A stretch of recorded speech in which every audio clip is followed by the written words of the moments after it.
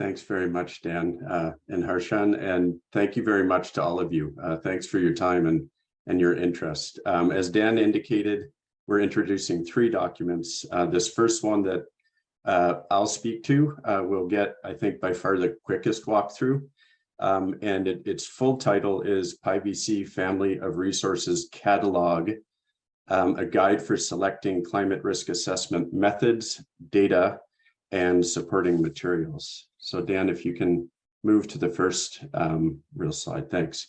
So first of all, the purpose of the PIEVC catalog is to introduce and orient decision makers and practitioners to the PIEVC process and family of resources. And this is to raise awareness about the PIEVC program and offerings in first place, and to help inform selection of approaches for climate change vulnerability and risk assessment that would best suit their needs. And this depending on, for example, infrastructure life cycle phases and choices they need to inform, and maybe other specific objectives they might have, like, for example, meeting the requirements of the resiliency portion of a climate lens assessment to secure funding, for example. I just want to point out that decision makers is bolded here, because this is really maybe the key audience, I guess, for this document. The folks who may not have the time or mandate to really be in the weeds of some of the other PIEVC assessment documents, but need to be sure that proper climate change vulnerability and risk assessments are being done, and to help direct staff to identify appropriate resources to scope and support that work. I think it's important to point out, I think Dan maybe implied, but the catalog is, like the others, a living document. So as new information and knowledge develops, it too will evolve. And as Dan indicated, suggested improvements are welcome.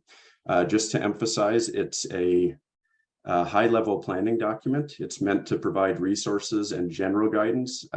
Does not dive deep, like Dan said, into particular processes, and it also encourages users to seek out appropriate expertise and experts when actually moving on with the planning of work. All right, Dan, next slide, please. So just quickly, to the right, you see the PIEVC catalog roadmap, and it's been designed, and I think does a really nice job of helping users navigate in a user-friendly way as easily as possible between kind of the 5 main sections of the guide, and also to work through the various considerations and options for assessing climate change vulnerability and risk, and for using the PIEVC family of resources. So it guides users through objective setting and scoping, and helps them choose then the most suitable assessment path. And as you can see, there are resources from among the PIEVC family. It's highly interactive, like I said, so it has, for example, hot links that allow you to jump to other sections, subsections, and between and among sections, depending on your needs. So just quickly going through in just a few seconds each, the main sections of the guide. So the first section is meant to answer the question, what is PIEVC? And again, we're assuming the document could be the entry point for many who maybe don't know that much about the PIEVC program or resource set yet. So this section discusses the history of PIEVC, introduces PIEVC as a standard risk assessment process that supports a wide variety of applications. So describing potential use, ranging from asset management, project siting, portfolio planning, etc. And it also briefly introduces each of the resources of the PIEVC family. And I think importantly situates all of these resources relative to other prominent guidance out there, such as key ISO standards, and explains the connections. Next, please.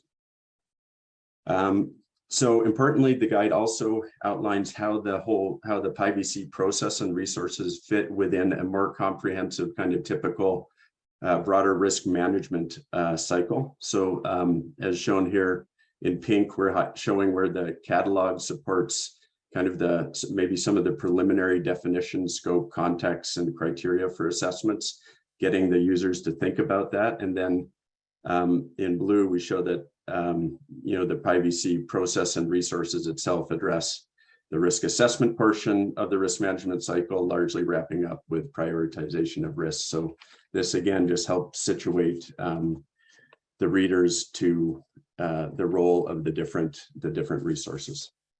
Next, please.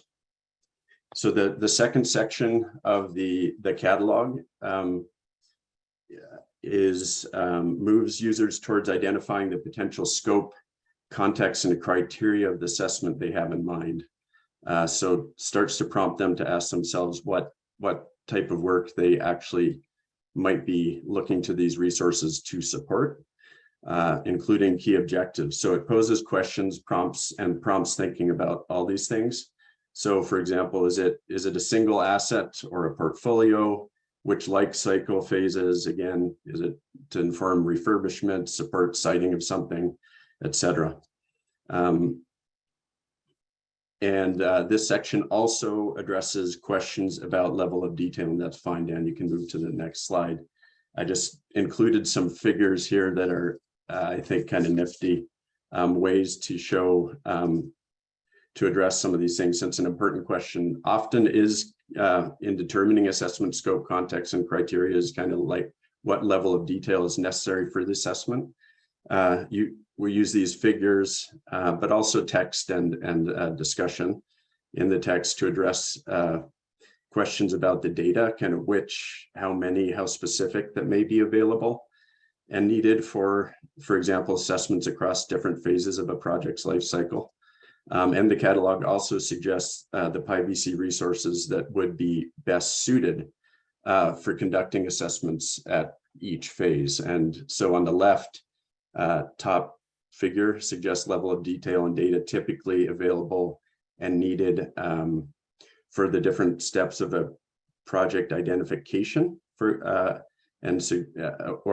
of project identification, and suggest fairly low needs as compared to the other figure in terms of project preparation phase and typical steps that has more significant needs for detailed data, for example. And then the figure on the right from this same section gives some indication of the particular assessment guides or resources that could be of use kind of phase by phase. All right, Dan, next, please. So I guess this is the third main section of the catalog, addresses assessment configuration for PIEVC-based assessment, and it suggests 5 different basic configurations for these assessments using the PIEVC process. And as you can see, they're all kind of different combinations of the basic PIEVC process combined or not with engineering assessment, triple bottom line. Next slide, please. So the fourth section is the one that finally kind of gets into a bit more of an in-depth introduction of each of the PIEVC resources, just highlighting there, and the asterisks actually got taken out, so sorry about that. But the 2 beta products that the asterisk refers to, of course, are 3 and 9. And I just flagged in green, PIEVC green, because it has yet to get reflected in the catalog. But all the other resources here are written up within the catalog in this 4th section. And then finally, the final section addresses next steps after climate change, after risk assessment. So options for addressing identified risks. And again, PIEVC doesn't yet itself provide deep guidance on evaluation of adaptation options, but this part of the catalog is meant to serve just as a bit of awareness raising and a starting point, I guess, related to considerations for adaptation planning and implementation and monitoring phases of the full risk assessment. So that's where the catalog wraps up. And I guess, Dan, if you can just go to the next slide. I think the important takeaways really about the catalog is that it's as much as anything targeted to decision makers who are among its highest priority audience.